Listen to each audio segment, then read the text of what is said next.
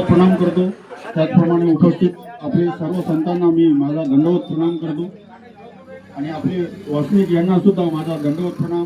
सर्वांनी माझा दंडवत प्रणाम स्वीकार करावा। आज आपल्या घाटंजी तालुक्याचं आणि महानुभाव पंथीयांचं एक मोठं भाग्य की जे महानुभाव पंथातली सर्वात मोठी गादी आहे, म्हणजे आपले महंत या ठिकाणी आपल्या घाटंजी परिसरात त्यांचे चरण स्पर्श झाले, आपल्याला त्यांचा दर्शनाचा लाभ मिळाला।